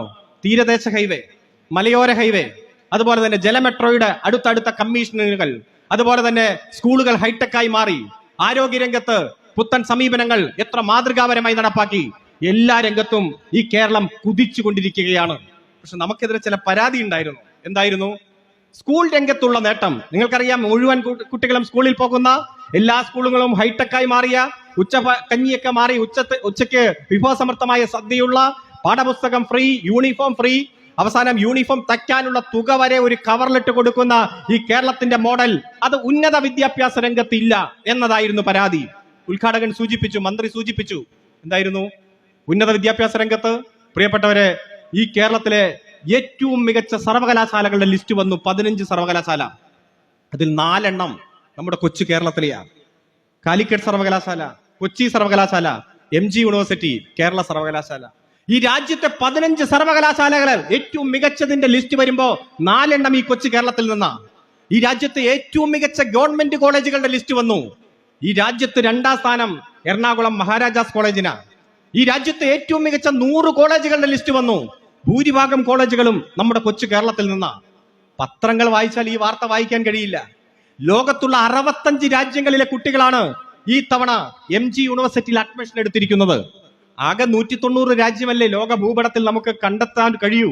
അതിൽ 65 രാജ്യങ്ങളിലെ കുട്ടികൾ ഈ MG യൂണിവേഴ്സിറ്റിയിൽ പഠിക്കുന്നുണ്ട്. 54 രാജ്യങ്ങളിലെ കുട്ടികൾ ഈ കൊച്ചി യൂണിവേഴ്സിറ്റിയിൽ പഠിക്കുന്നുണ്ട്. ഉന്നത വിദ്യാഭ്യാസത്തിന്റെ ഹബ്ബായി നമ്മുടെ നാട് മാറി. രണ്ടാമത് നമുക്കെതിരായിട്ടുള്ള പരാതി എന്താ? വ്യവസായ സംരംഭങ്ങൾ വരില്ല. ഈസ് ഓഫ് ഡൂയിങ് ബിസിനസ്സിൽ നമ്മൾ പുറകിലാണ്. ഇവിടെ എന്ത് വന്നാലും കൊടികുത്തും, ഒന്നും വരില്ല എന്നതാണ് പറഞ്ഞത്. 2 വർഷം മുമ്പ് ഈസ് ഓഫ് ഡൂയിങ് ബിസിനസ്സിൽ വ്യവസായ സംരംഭകരെ ആകർഷിക്കുന്ന കാര്യത്തിൽ നമ്മൾ ഈ രാജ്യത്ത് 28ാം സ്ഥാനത്തായിരുന്നു. അതായത് 28 സംസ്ഥാനങ്ങളിൽ 28ാമത്. കഴിഞ്ഞ വർഷം അത് 15ാം സ്ഥാനത്തെത്തി. ഈ വർഷം 1ാം സ്ഥാനത്തെത്തി. പ്രിയപ്പെട്ടവരെ, വ്യവസായ സംരംഭകരെ ആകർഷിക്കുന്ന കാര്യത്തിൽ ഈ രാജ്യത്ത് 1ാം സ്ഥാനത്ത് ഈ കേരളം എത്തി. നമ്മുടെ വ്യവസായ മന്ത്രി പറഞ്ഞു, ഒരു വർഷം 1 ലക്ഷം പുതിയ സംരംഭങ്ങൾ. ഇപ്പൊ പ്രതിപക്ഷ നേതാവുണ്ടല്ലോ, എന്തു പറഞ്ഞാലും അതിനെതിര് പറയുന്ന ഒരു മനുഷ്യനുണ്ടല്ലോ, നിങ്ങൾക്കറിയാം. ഇപ്പൊ രാത്രിയാന്ന് പറഞ്ഞ പുള്ളി അപ്പ പറയും പകലാന്ന് പറയും. 1 ലക്ഷം പുതിയ സംരംഭങ്ങൾ എന്ന് പറഞ്ഞപ്പോൾ പറഞ്ഞു, ഒന്ന് എണ്ണി കാണിച്ചു തന്നെ എന്ന് പറഞ്ഞു. വ്യവസായ മന്ത്രി പറഞ്ഞു, എണ്ണിക്കോ. എണ്ണി വന്നപ്പോ ഒരു വർഷം കൊണ്ട് 1,39,000 പുതിയ സംരംഭങ്ങൾ. പ്രിയപ്പെട്ടവർ, ഈ നാട് മാറിക്കൊണ്ടിരിക്കുകയാണ്. ഫൈനൽ ഇയർ വിദ്യാർത്ഥികൾ പുറത്തിറങ്ങുന്നത് തൊഴിൽ അന്വേഷകരായിട്ടല്ല, തൊഴിൽ ദാതാക്കളായിട്ടാണ്. ഒരു 10-15 പേർക്ക് തൊഴിൽ കൊടുക്കാൻ ശേഷിയുള്ളവരായിട്ടാണ് നമ്മുടെ കുട്ടികൾ പുറത്തിറങ്ങുന്നത്. എത്ര വലിയ മാറ്റം! ഞാൻ കഴിഞ്ഞ മാസം കണ്ണൂര് പോയി ഒരു ബാലസംഘത്തിന്റെ പരിപാടിയിൽ പങ്കെടുക്കാൻ. അപ്പൊ കുട്ടികളിൽ മികച്ച കണ്ടുപിടുത്തം നടത്തിയവരെ അവിടെ ആദരിക്കുകയാണ്. ഒരു കൊച്ചു പയ്യൻ വരികയാണ്. അപ്പൊ ഞാൻ ചോദിച്ചു, പേര്, വീട് എവിടെയെന്ന് ചോദിച്ചു. എറണാകുളത്താണ്. എവിടെയാണ് പഠിക്കുന്നത്? എടപ്പള്ളി ഗവൺമെന്റ് സ്കൂളിലാണ് പഠിക്കുന്നത്. എന്താണ് കണ്ടുപിടുത്തം? നോക്കിയപ്പോഴോ ആള് റോബർട്ട് ഉണ്ടാക്കിയിട്ട് അതിലേക്ക് AI കണക്ട് ചെയ്ത് ലോകത്തിലെ യൂണിവേഴ്സിറ്റികളിൽ ക്ലാസ് എടുക്കുകയാണ്. കേരളത്തിലെ ഗവൺമെന്റ് സ്കൂളിൽ പഠിക്കുന്ന ഒരു കൊച്ചു പയ്യൻ. നിങ്ങളുടെ കയ്യിലുള്ള മൊബൈലിൽ ഇൻസ്റ്റാഗ്രാമിൽ റൗൾ ജോൺ എന്ന് അടിച്ചു കൊടുത്താൽ മതി. അദ്ദേഹത്തിന്റെ പേരെങ്ങനെയാണ്? ROWLJOHN. ആ കുട്ടിയുടെ കണ്ടുപിടുത്തങ്ങളുടെ ഒരു പരമ്പര തന്നെ വരും. ഒരു മികച്ച വിദ്യാർത്ഥി നമ്മുടെ ഗവൺമെന്റ് സ്കൂളിൽ നിന്ന്. ഇത് മാത്രമാണോ? ഇപ്പോ കാർ ഓടിച്ചു പോകുമ്പോൾ കാറിൽ തീ പിടിച്ച് വാഹനം നശിക്കുന്ന ചില വാർത്തകൾ നിങ്ങൾ പത്രത്തിൽ വായിച്ചു കാണും. അപ്പൊ ഡോറൊക്കെ അങ്ങ് ലോക്കായി പോയി ഇറങ്ങാൻ കഴിയില്ല, പലരും വെന്തു മരിച്ചു. പാലക്കാട് എഞ്ചിനീയറിംഗ് കോളേജിൽ ഒരു പയ്യൻ ഒരു കണ്ടുപിടുത്തം നടത്തി. ഒരു മെഷീൻ അത് അങ്ങ് വച്ചിരിക്കുക കാറിന്റെ ഉള്ളിൽ. അതിൽ പ്രസ് ചെയ്താൽ സീറ്റ് അൺബെൽറ്റ് ആവും, ഡോറുകളുടെ ചില്ല് തന്നെ താഴും, അതുപോലെ ഡോറുകൾ അൺലോക്ക് ആവും. ഒരു കണ്ടുപിടുത്തം ഒരു എഞ്ചിനീയറിംഗ് കോളേജിലെ വിദ്യാർത്ഥി കണ്ടുപിടിച്ചിരിക്കുകയാണ്. ഞാൻ സൂചിപ്പിച്ചത്, നമ്മുടെ എഞ്ചിനീയറിംഗ് കോളേജിലെ വിദ്യാർത്ഥികൾ വിജ്ഞാനത്തിന്റെ ഹബ്ബായി നമ്മുടെ നാട് മാറിയപ്പോൾ പുതിയ പുതിയ കണ്ടുപിടുത്തങ്ങളിൽ നിന്ന് ലോകത്തിന് മാതൃകയായി നമ്മുടെ സംസ്ഥാനത്തെ വികസനത്തിന്റെ പുതിയ നേട്ടങ്ങളിലേക്ക് ഉയർത്തുന്ന കാഴ്ചയാണ് ഉന്നത വിദ്യാഭ്യാസ രംഗത്ത് നാം കണ്ടുകൊണ്ടിരിക്കുന്നത്. ഈ കേരളത്തെ തേടി സംരംഭകരെല്ലാം ഇങ്ങ് മത്സരിച്ച് വന്നുകൊണ്ടിരിക്കുന്ന കാഴ്ച നാം കാണുന്നു. പക്ഷെ ഇതൊന്നും പത്രങ്ങളിൽ വാർത്തയാകില്ല, ചാനലുകൾക്കും വാർത്തയല്ല. കാരണം വാക്കുപാലിച്ച് ഇടതുപക്ഷ ജനാധിപത്യ മുന്നണി മുന്നേറുന്നത് ഇവർക്ക് സഹിക്കാനേ കഴിയുന്നില്ല. ഇപ്പൊ 2ാം പിണറായി സർക്കാർ 3ാം വർഷം ജൂലൈ മാസം 2ാം തീയതി 2ാം പിണറായി സർക്കാരിന്റെ 3ാം പ്രോഗ്രസ് റിപ്പോർട്ട് പുറത്തിറക്കി. അതിലോ 900 കാര്യങ്ങളാണ് നമ്മൾ ജനങ്ങൾക്ക് മുന്നിൽ അവതരിപ്പിച്ച് 2021 നിയമസഭാ തെരഞ്ഞെടുപ്പിൽ. എന്നിട്ട് 729 കാര്യങ്ങൾ ഇപ്പോൾ നടത്തി മുന്നേറിക്കൊണ്ടിരിക്കുകയാണ്. നമ്മൾ കൃത്യമായി വാക്കുപാലിച്ച് അത് ജനങ്ങളെ ബോധ്യപ്പെടുത്തുന്നു. നവകേരള നിർമ്മിതിയിലേക്ക് നമ്മൾ അടുത്തുകൊണ്ടിരിക്കുന്നു. ഇങ്ങനെ പോയാൽ കേരളത്തിൽ ഒരിക്കലും ഭരണത്തിലേക്ക് തിരിച്ചു വരാൻ കഴിയില്ല എന്ന് കോൺഗ്രസ് ഭയപ്പെടുകയാണ്. ഇങ്ങനെ പോയാൽ ഒരിക്കലും കേരളത്തിൽ നിലമെച്ചപ്പെടുത്താൻ കഴിയില്ല എന്ന് BJP ഭയപ്പെടുകയാണ്. ഇവരെല്ലാവരും കൂടി അങ്ങ് ഒത്തുകൂടി ഇടതുപക്ഷത്തെ തകർക്കാനുള്ള കള്ളവാർത്തകളും വ്യാജ വാർത്തകളുമായിട്ട് അങ്ങ് ഇറങ്ങിത്തിരിച്ച് എല്ലാ പത്രങ്ങളെയും കൂട്ടുപിടിച്ചുള്ള ആക്രമണ പരമ്പരയുമായി ഇറങ്ങിത്തിരിച്ചിരിക്കുന്ന കാഴ്ചയാണ് നാം ഇപ്പൊ കണ്ടുകൊണ്ടിരിക്കുന്നത്. ഏത് വിഷയം എടുത്തു നോക്കുക, ഇടതുപക്ഷത്തെ ആക്രമിക്കാൻ വേണ്ടിയിട്ടുള്ള ഒരു പ്ലാറ്റ്ഫോം ഉണ്ടാക്കി രാവിലെ BJP ആണ് തുടങ്ങുന്നതെങ്കിൽ ഉച്ചയ്ക്ക് കോൺഗ്രസ് ഏറ്റെടുക്കും, വൈകുന്നേരം പത്രക്കാർ ചാനലുകൾ എല്ലാം ഏറ്റെടുത്ത് അന്തിചർച്ചയിലൂടെ പൊഴിപ്പിച്ച് നമ്മെ അങ്ങ് തകർക്കണം. നമ്മളോ ജനങ്ങൾക്ക് കൊടുത്ത വാക്കുപാലിച്ച് കൃത്യമായി അതൊന്നും മൈൻഡ് ചെയ്യാതെ പോയിക്കൊണ്ടിരിക്കുകയാണ്. 1956 കേരള രൂപീകരണത്തിന് മുൻപ് തന്നെ കമ്മ്യൂണിസ്റ്റ് പാർട്ടിയുടെ സമ്മേളനം തൃശ്ശൂർ വെച്ച് നടന്നു. അവിടെ വെച്ച് ഒരു രേഖ അവതരിപ്പിച്ചു. ആ രേഖ ഭാഷാടിസ്ഥാനത്തിൽ സംസ്ഥാനങ്ങൾ രൂപീകരിക്കാൻ പോവുകയാണ്. തിരുവിതാംകൂറും കൊച്ചിയും മലബാറും ചേർന്നുകൊണ്ട് കേരളം എന്നൊരു സംസ്ഥാനം വരാൻ പോവുകയാണ്. അങ്ങനെ വന്നാൽ എന്തായിരിക്കണം കമ്മ്യൂണിസ്റ്റ് പാർട്ടിയുടെ നയസമീപനം എന്നതിനെ കുറിച്ചിട്ടാണ് ചർച്ച ചെയ്തത്. അന്ന് ഒരു രേഖ അംഗീകരിച്ചു. ആ രേഖ അംഗീകരിച്ച് അങ്ങനെ പോകുമ്പോൾ നവംബർ മാസം 1ാം തീയതി 56 കേരള പിറവി, നേരെ നിയമസഭാ തെരഞ്ഞെടുപ്പ്. നമ്മുടെ രേഖ നിയമസഭാ തെരഞ്ഞെടുപ്പിൽ പ്രകടന പത്രികയായി മാറി. ലോകത്താദ്യമായി കമ്മ്യൂണിസ്റ്റ് പാർട്ടി ബാലറ്റിലൂടെ അധികാരത്തിൽ വന്നു 1957. വിദ്യാഭ്യാസ നിയമം, കാർഷിക പരിഷ്കരണ നിയമം, ഭൂപരിഷ്കരണം, ഞാൻ ഓരോന്ന് വിശദീകരിക്കുന്നില്ല. ഈ നാട്ടിൽ പുഴുവിനെ പോലെ ജീവിച്ചിരുന്ന മനുഷ്യർക്ക് നിവർന്നു നിൽക്കാനുള്ള സാഹചര്യം ഒരുക്കി ഉജ്ജ്വലമായിട്ടുള്ള ഭരണ പോരാട്ടത്തിലൂടെ, നിയമനിർമ്മാണത്തിലൂടെ ഗവൺമെന്റ് മുന്നോട്ട് പോയി. 59 ഇത് കണ്ട് സഹിക്കാൻ കഴിയാതെ വലതുപക്ഷം വിമോചന സമരവുമായി ഇറങ്ങിത്തിരിച്ചു. ആദ്യമായി പാർലമെന്റ്, ഇന്ത്യയുടെ ഗവൺമെന്റ്, കേന്ദ്ര ഗവൺമെന്റ് 356 വകുപ്പ് ഉപയോഗിച്ച് ആ ഗവൺമെന്റിനെ പിരിച്ചുവിട്ടു. ആദ്യത്തെ കമ്മ്യൂണിസ്റ്റ് ഗവൺമെന്റ് 2 കൊല്ലം കേരളം ഭരിച്ചു. പിന്നെ നാം അധികാരത്തിൽ വരുന്നത് നീണ്ട 8 വർഷങ്ങൾക്ക് ശേഷം 1967 57 ഗവൺമെന്റ് തുടങ്ങി വെച്ച ആ നിയമനിർമ്മാണങ്ങൾ അടക്കം ഏറ്റവും ഭംഗിയായി നടപ്പാക്കാനുള്ള ശ്രമമാണ് 67 ഗവൺമെന്റ് നടത്തിയത്. ആ ഗവൺമെന്റും 2 വർഷം മാത്രമേ കേരളം ഭരിച്ചുള്ളൂ. പിന്നെ നാം അധികാരത്തിൽ വരുന്നത് നീണ്ട 11 വർഷങ്ങൾക്ക് ശേഷം 1980 സഖാവ് ഇ കെ നായനാരുടെ നേതൃത്വത്തിൽ. പ്രിയപ്പെട്ടവരെ, കർഷക തൊഴിലാളികൾക്ക് പെൻഷൻ അനുവദിച്ചതടക്കം ഏറ്റവും കൃത്യമായിട്ടുള്ള ക്ഷേമ പദ്ധതികൾ തുടങ്ങിയത് 80 ഗവൺമെന്റാണ്. ആ ഗവൺമെന്റും കേരളം ഭരിച്ചത് വെറും 2 കൊല്ലം മാത്രമാണ്. പിന്നെ നാം അധികാരത്തിൽ വന്നത് 1987 അക്ഷരത്തിന്റെ ലോകത്തിലേക്ക് മലയാളിയെ കൈപിടിച്ചുയർത്തിയ ആ സമ്പൂർണ്ണ സാക്ഷരതാ യജ്ഞമടക്കം എത്രയോ നല്ല നല്ല ഇടപെടലുകളാണ് 87 ഗവൺമെന്റ് നടപ്പാക്കിയത്. സ്ലേറ്റ് ഉയർത്തിപ്പിടിച്ച് സ്വന്തം പേര് തെറ്റുകൂടാതെ എഴുതി ആ പല്ലില്ലാത്ത മോണ കാട്ടി ചിരിക്കുന്ന മുത്തശ്ശന്മാരും മുത്തശ്ശിമാരുടെയും എല്ലാം ചിത്രം ഇപ്പോഴും നമ്മുടെ മനസ്സിലേക്ക് ഓടിയെത്തും. ആ ഗവൺമെന്റ് 4 കൊല്ലം കേരളം ഭരിച്ചു. അതായത് കേരള രൂപീകരണത്തിന്റെ ആദ്യത്തെ 40 കൊല്ലത്തെ ചരിത്രത്തിൽ വെറും 10 കൊല്ലം മാത്രമാണ് കമ്മ്യൂണിസ്റ്റ് പാർട്ടി കേരളം ഭരിച്ചത്. എന്നാൽ ഇന്ന് കാണുന്ന കേരളത്തിന്റെ അടിസ്ഥാന ശില പാകിയത് ആ 10 വർഷമാണ്. അതിനുശേഷം നാം അധികാരത്തിൽ വരുന്നത് 1996 സഖാവ് നായനാരുടെ നേതൃത്വത്തിൽ തന്നെ. അധികാര വികേന്ദ്രീകരണം, ജനകീയാസൂത്രണം, ഈ നാടിന്റെ വികസനം എങ്ങനെ വേണമെന്ന് നമ്മൾ നാട്ടുകാർ ഒരുമിച്ചിരുന്ന് തീരുമാനിക്കുന്ന ആ മാതൃകാ പദ്ധതികളടക്കം നടപ്പാക്കി ഏറ്റവും ആദ്യം 5 വർഷം പൂർത്തീകരിച്ചു ഭരിച്ച കമ്മ്യൂണിസ്റ്റ് ഗവൺമെന്റ് 96 മുതൽ 2001 വരെയുള്ള നായനാർ സർക്കാരാണ്. പിന്നെ നാം അധികാരത്തിൽ വരുന്നത് 2006 സഖാവ് VS അച്യുതാനന്ദന്റെ നേതൃത്വത്തിൽ.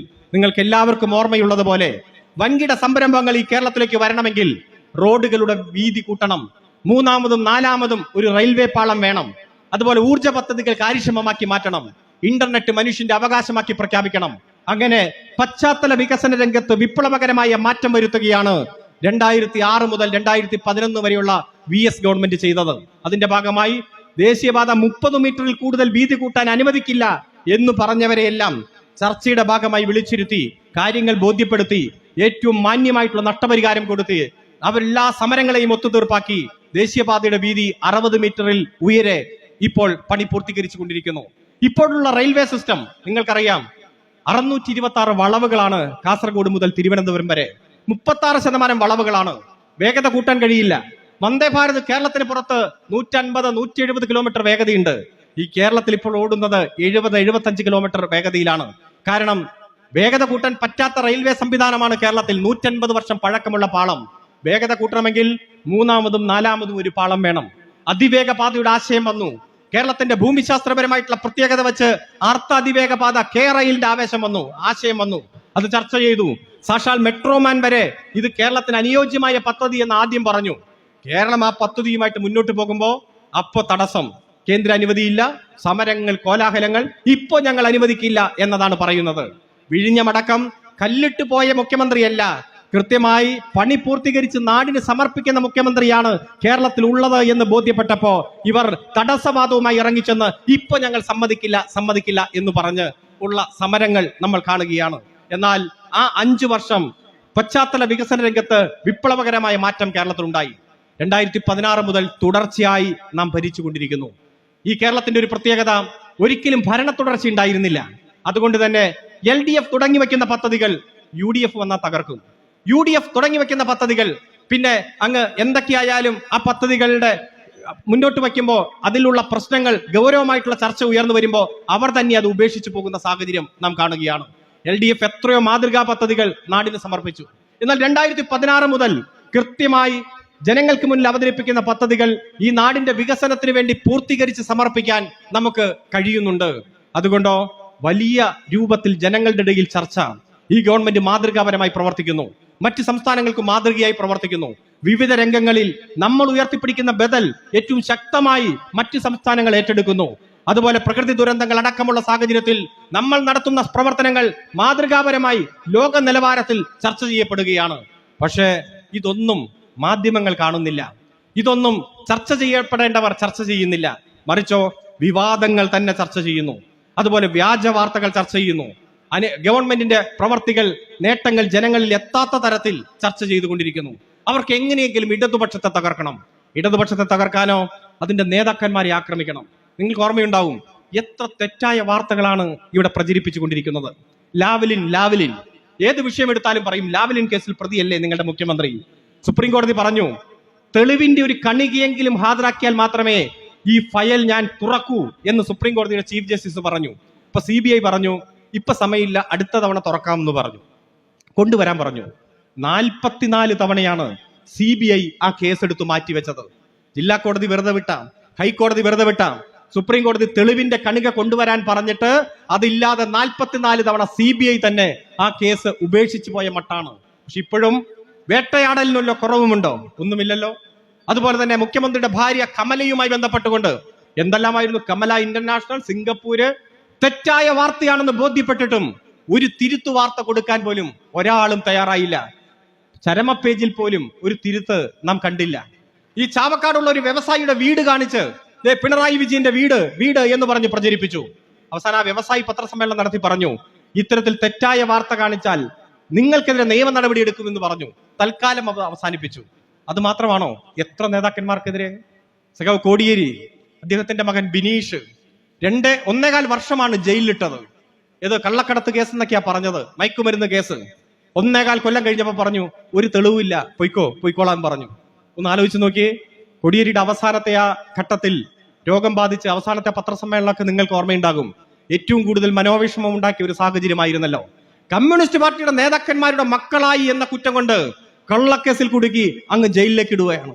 എന്നിട്ട് വ്യാജ വാർത്തകൾ വെച്ച് പത്രക്കാർ ആക്രമിക്കുന്നു, ചാനലുകൾ ആക്രമിക്കുന്നു, റെയ്ഡ് മറ്റത് മറച്ചത്. AC മൊയ്തീന്റെ വീട് റെയ്ഡ് ചെയ്തു, 40 മണിക്കൂർ ചോദ്യം ചെയ്തു, 50 മണിക്കൂർ ചോദ്യം ചെയ്തു. അവസാനം വല്ല കേസും ഉണ്ടോ? ഒരു കേസുമില്ല.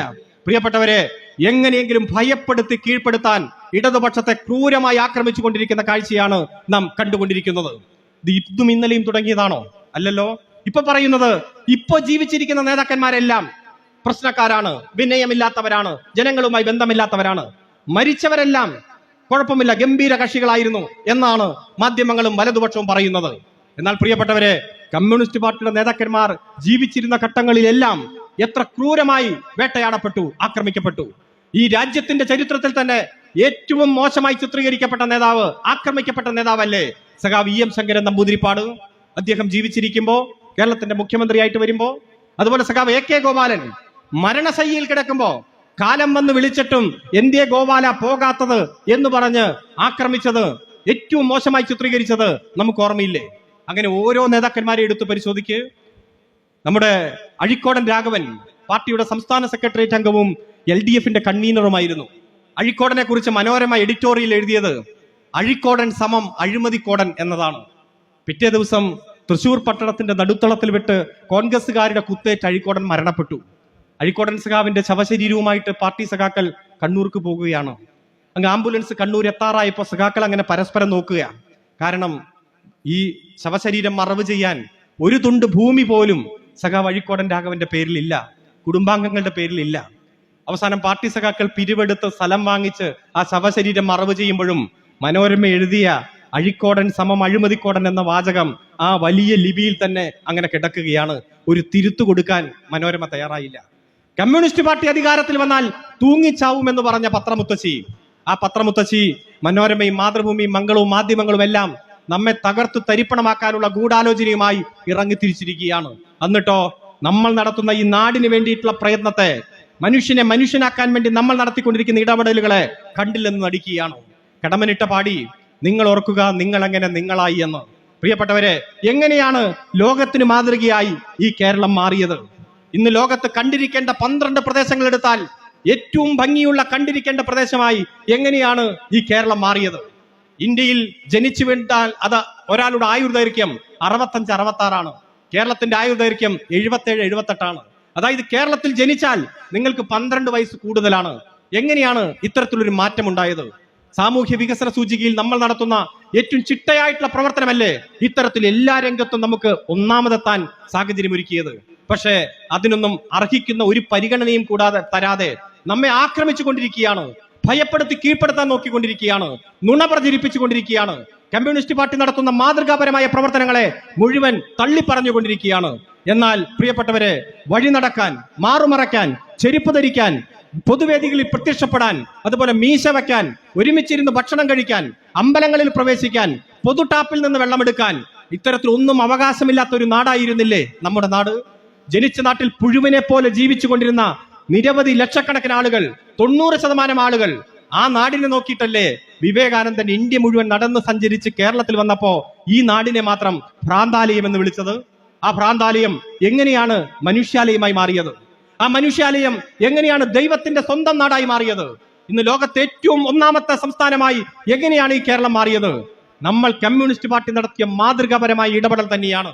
നവോത്ഥാന നായകന്മാർ കൊളുത്തിത്തന്ന ദീപം, സാമൂഹ്യ പരിഷ്കർത്താക്കൾ കൊളുത്തിത്തന്ന ദീപം, ക്രിസ്ത്യൻ മിഷണറിമാരും ഇസ്ലാം മതം മേലധ്യക്ഷന്മാരും നവോത്ഥാന നായകന്മാരും എല്ലാം കൊളുത്തിത്തന്ന ദീപം കെടാതെ സൂക്ഷിച്ച് മുന്നോട്ട് പോയത് കമ്മ്യൂണിസ്റ്റ് പാർട്ടിയാണ്. എത്രയോ പ്രതിസന്ധികൾ, എത്രയോ ധീര രക്തസാക്ഷിത്വങ്ങൾ, എത്രയോ ക്രൂരമായിട്ടുള്ള ആക്രമണങ്ങൾ അതിജീവിച്ചവരാണ് നമ്മൾ. നവോത്ഥാന കാലം മുതൽ എടുത്തു നോക്കിയാൽ നമുക്കത് കാണാൻ കഴിയും. പഞ്ചമിയുടെ കയ്യും പിടിച്ചുകൊണ്ട് അയ്യങ്കാളി പഞ്ചമിയെ സ്കൂളിൽ ചേർക്കാൻ ചെന്ന ദിവസം തന്നെ ആ സ്കൂൾ കത്തിച്ചു. 1912 നാട്ടുകാർ ആ സ്കൂൾ പുനർനിർമ്മിച്ചു. ആ കുട്ടിയെ വീണ്ടും ചേർക്കാൻ ചെന്നു. അന്നും ആ സ്കൂൾ ആക്രമിച്ചു, തല്ലി ഓടിക്കാൻ ശ്രമിച്ചു. നമുക്കറിയാം 1924-25 കാലഘട്ടത്തിൽ വക്കം സത്യാഗ്രഹം നടക്കുകയാണ്. വഴി നടക്കാനുള്ള അവകാശത്തിന് വേണ്ടിയിട്ടുള്ള പോരാട്ടമാണ്. മഹാത്മാഗാന്ധി നേരിട്ടെത്തി സമരപന്തലിലേക്ക്.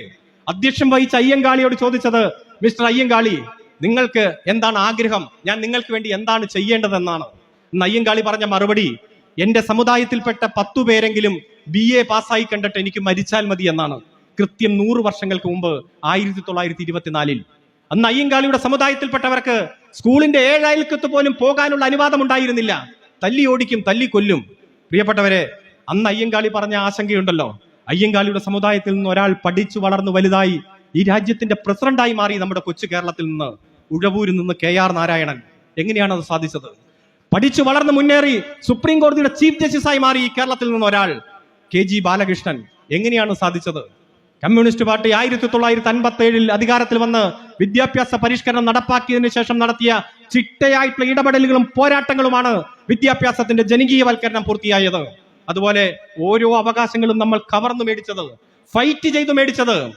ഉശിരുള്ള നായർ മണിയടിക്കും, ഇലനക്കി നായർ മുഖത്തടിക്കുമെന്ന് മുഖത്തടിയേറ്റ്, അതുപോലെ തന്നെ ഒലക്ക കൊണ്ട് അടിയേക്കുമ്പോഴും കൃഷ്ണപിള്ളയും AKGയും അമ്പലത്തിൽ പ്രവേശിക്കാനുള്ള അവകാശത്തിന് വേണ്ടി 1931 നടന്ന ഗുരുവായൂർ സത്യാഗ്രഹത്തിന്റെ ഭാഗമായി എത്ര ത്യാഗം സഹിച്ചിട്ടാണ് ഈ അവകാശങ്ങൾ നാം നേടിയെടുത്തത്. ഇന്ന് RSSും സംഘപരിവാറും എല്ലാം അങ്ങ് അട്ടഹസിക്കുകയല്ലേ, ഇതെല്ലാം ഞങ്ങളുടേതാണ്, ഇതെല്ലാം ഞങ്ങളാണ് ഇതിന്റെ ഉത്തരവാദി എന്ന് പറയുകയല്ലേ. അമ്പലങ്ങളിൽ പ്രവേശിക്കാൻ 90% ആളുകൾക്കും അവകാശമില്ലാത്ത ആ കെട്ടകാലത്ത് തല്ലുകൊള്ളാനും പോരാട്ടം സംഘടിപ്പിക്കുവാനും അവകാശങ്ങൾ പൊരുതി നേടിയെടുക്കാനും നമ്മൾ കമ്മ്യൂണിസ്റ്റുകാർ മാത്രമേ ഈ നാട്ടിലുണ്ടായിരുന്നുള്ളൂ. പാലിയം സമരമോ? പാലിയം സമരഭൂമിയിലും ക്രൂരമായിട്ടുള്ള മർദ്ദനം. IV ദാസ് എന്ന് പറയുന്ന ആ നേതാവിനെ ആ മരണത്തിന്റെ അവസാന ഘട്ടത്തിൽ പോലീസ് സ്റ്റേഷനിൽ ക്രൂരമായ മർദ്ദനത്തിന്റെ അവസാന ഘട്ടത്തിൽ വെള്ളം എന്ന് പറഞ്ഞ് കരഞ്ഞപ്പോ പോലീസുകാർ ചിരട്ടയിൽ മൂത്രം കൊടുത്ത് ആ വെള്ളത്തിന് പകരം മൂത്രം കൊടുത്തത് അദ്ദേഹം ഒരു പുസ്തകത്തിൽ വായിച്ചിട്ടുണ്ട്. എത്ര ക്രൂരമായിട്ടുള്ള അവഗണന, എത്രയോ ആക്രമണങ്ങൾ. മക്കളെ തേടി വന്ന് മക്കളെ കിട്ടാതെ വന്നപ്പോൾ അച്ഛനെ അരിങ്കൊല ചെയ്തില്ലേ? തിരുവനന്തപുരം ആനാവൂര് നാരായണൻ നായർ എന്ന് പറയുന്ന പ്രിയപ്പെട്ട സഖാവിനെ മകനായ അജയ്യെ തേടി വന്നതാണ് RSSകാർ. കിട്ടാതെ വന്നപ്പോ എന്നാ അച്ഛനെങ്കിൽ അച്ഛൻ ഇരിക്കട്ടെ, കൊന്നില്ലേ ക്രൂരമായിട്ട്? ഭർത്താവിനെ തേടി വന്ന ഭർത്താവിനെ കിട്ടാതെ വന്നപ്പോ ഭാര്യയെ ബോംബെറിഞ്ഞു കൊന്നു. ഞങ്ങളുടെ നാട്ടിൽ തൃപ്പൂണിത്തറ ഉദയംപേരൂര് സരോജിനി എന്ന് പറയുന്ന പ്രിയപ്പെട്ട അമ്മ ബോംബ് എറിഞ്ഞ് ക്രൂരമായ മരണശയ്യയിൽ കിടക്കുമ്പോൾ മകൻ ഓടി വരികയാ. മകനെ ബോംബെറിഞ്ഞു, കണ്ണ് നഷ്ടപ്പെട്ടു, സുജിത്ത് വലത് കണ്ണില്ല ഇന്ന്. എത്ര പൈശാചികമായിട്ടുള്ള ആക്രമണം. അതുപോലെ അച്ഛനമ്മമാരുടെ മുന്നിൽ വെച്ച് സഖാവ് KV സുധീഷിനെ വെട്ടിനുറുക്കി കൊല്ലുമ്പോ, 32 കഷ്ണമായി വെട്ടിനുറുക്കി കൊല്ലുമ്പോ അരുതേ അരുതേ എന്ന് പറഞ്ഞ് കരഞ്ഞ അച്ഛനമ്മമാരെയും ആക്രമിച്ചില്ലേ? എത്രയോ പൈശാചികമായിട്ടുള്ള ആക്രമണം. 218 പ്രിയപ്പെട്ട സഖാക്കളെയാണ് RSSകാർ നമ്മളിൽ നിന്ന് കൊത്തിയരിഞ്ഞു കൊണ്ടുപോയത്. ഇന്ന് കോൺഗ്രസും മാധ്യമങ്ങളും പറയുക RSSും CPMും ഡീലല്ലേ, നിങ്ങൾ സൗഹൃദത്തിലല്ലേ എന്ന്. ഒന്ന് ആലോചിച്ച് നോക്കിയേ. ഈ രാജ്യത്ത് ഏറ്റവും കൂടുതൽ RSS ശാഖയുണ്ടായിരുന്നത് ഈ കൊച്ചു കേരളത്തിലാണ്. സ്വാതന്ത്ര്യ സമരകാലത്ത് 50കളിൽ ഈ രാജ്യത്ത് ഏറ്റവും കൂടുതൽ RSS ശാഖയുണ്ടായിരുന്ന പ്രദേശം തിരുവിതാംകൂറും കൊച്ചിയും മലബാറും അടങ്ങുന്ന കേരളത്തിലാണ്. എന്തുകൊണ്ടാണ് BJPക്ക് കേരളത്തിൽ വളരാൻ കഴിയാത്തത്? നമ്മൾ നടത്തിയ അതിശക്തമായിട്ടുള്ള പ്രതിരോധമാണ്. നുണപ്രചരണങ്ങളെ പൊളിച്ചടക്കിയത് കൊണ്ടാണ്. ഇപ്പോഴും നമ്മെ തകർക്കാൻ ഗൂഢാലോചന നടത്തി ആക്രമണ പരമ്പരയുമായി ഇറങ്ങി തിരിച്ചിരിക്കുകയല്ലേ. നമ്മൾ സഹിച്ച ത്യാഗം, നമ്മൾ സഹിച്ച വേദന ഇവിടെ ഏത് പ്രസ്ഥാനം സഹിച്ചിട്ടുണ്ട്? MLA നഷ്ടപ്പെട്ട പ്രസ്ഥാനം, പഞ്ചായത്ത് പ്രസിഡന്റിനെ നഷ്ടപ്പെട്ട പ്രസ്ഥാനം, മുനിസിപ്പൽ ചെയർമാനെ നഷ്ടപ്പെട്ട പ്രസ്ഥാനം, എന്തിന് എത്രയോ അരുമയായ സഖാക്കളെ നഷ്ടപ്പെട്ട പ്രസ്ഥാനം. ഏറനാടിന്റെ കരുത്തുറ്റ പോരാളിയായിരുന്നില്ലേ സഖാവ് കുഞ്ഞാലി? MLA ആയിരിക്കുമ്പോഴല്ലേ കോൺഗ്രസുകാർ വെടിവെച്ച് കൊന്നത്? ഈ ചാവക്കാട്ടെ മുനിസിപ്പൽ ചെയർമാൻ KP വത്സലനെ പുലർച്ചെ വീടാക്രമിച്ച് എത്ര പൈശാചികമായിട്ടാണ് ബന്ധുക്കളുടെ മുന്നിൽ വെച്ച് വെട്ടിനുറുക്കി കൊന്നത്? KU കുഞ്ഞിരാമൻ പഞ്ചായത്ത് പ്രസിഡന്റായി മാതൃകാപരമായ പ്രവർത്തനം സംഘടിപ്പിക്കുമ്പോഴല്ലേ ഏറ്റവും പൈശാചികമായി ആക്രമിച്ച് കൊലപ്പെടുത്തിയത്? അങ്ങ് എടുത്തു നോക്കുക, തിരുവനന്തപുരം മുതൽ കാസർഗോഡ് വരെ എത്ര പ്രിയപ്പെട്ട സഖാക്കളെ നഷ്ടപ്പെട്ട പ്രസ്ഥാനമാണ് നമ്മുടേത്. ഇതെല്ലാം ഇന്ന് കാണുന്ന നാടായി കേരളത്തെ പുനർനിർമ്മിക്കാനുള്ള പോരാട്ടത്തിന്റെ ഭാഗമായിട്ടാണ്. തിരുവോണനാളിൽ ഭാര്യയ്ക്കൊപ്പം സന്തോഷത്തോടെ ഭക്ഷണം കഴിച്ചു കൊണ്ടിരുന്ന സഖാവ് P ജയരാജൻ RSSകാർ ബോംബെറിഞ്ഞ് വീടാക്രമിച്ച് ആ തലങ്ങും വിലങ്ങും വടിവാള് വെച്ച് വെട്ടിയില്ലേ? കയ്യിൽ കിട്ടിയ ചൂരൽ കസേര കൊണ്ട് ഓരോ വെട്ടും തടഞ്ഞു. അതിനിടയിൽ വലതു കൈ അറ്റുപോയി.